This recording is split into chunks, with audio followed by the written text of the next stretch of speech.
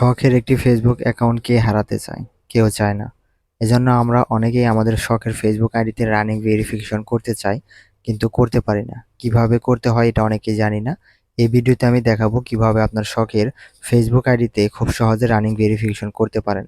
এজন্য প্রথমে আপনার ফেসবুক অ্যাকাউন্টটি ওপেন করবেন। ফেসবুক অ্যাকাউন্টে আসার পর এখান থেকে থ্রি ডটে এখানে ক্লিক করবেন।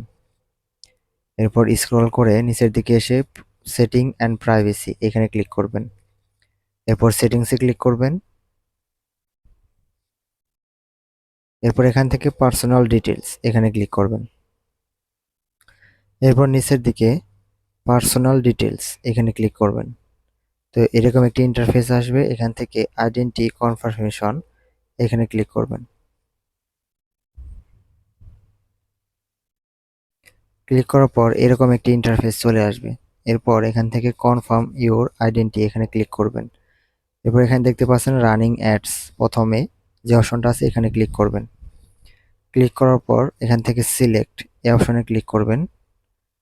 আমরা যেহেতু বাংলাদেশ থেকে আইডি কনফার্ম করব, সেজন্য বাংলাদেশ সিলেক্ট করব।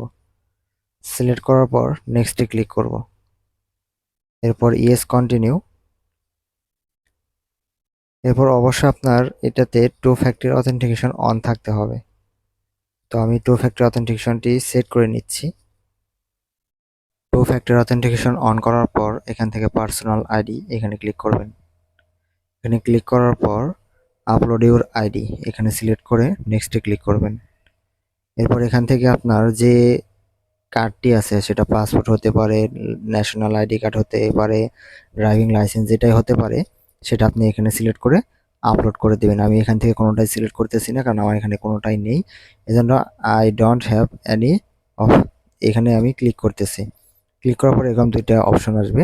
এখানে প্রথম খালি করে আমি আমার এনআইডি কার্ডটা দিয়ে দিচ্ছি। এরপর দ্বিতীয় খালি করে একই এনআইডি কার্ডটা দিয়ে দিচ্ছি। এখন অনেকের এনআইডি কার্ড না থাকার কারণে হয়তো ভেরিফিকেশন করতে পারতেছেন না। যাদের এনআইডি কার্ড নেই বা কোনো পাসপোর্ট নেই, যাদের কোনো কিছুই নেই, তারা আমার সাথে যোগাযোগ করতে পারেন। আমি আইডি ভেরিফিকেশন করে দিতে পারবো। এরপর এনআইডি কার্ড দেওয়ার পর নেক্সটে ক্লিক করব। নেক্সটে ক্লিক করার পর ফিনিশ, অর্থাৎ 48 ঘন্টার মধ্যে তারা আমাকে কনফার্ম জানাতে পারবে যে এই রানিং ভেরিফিকেশনটা হয়েছে কিনা। তো আমি ফিনিশ করে দিচ্ছি।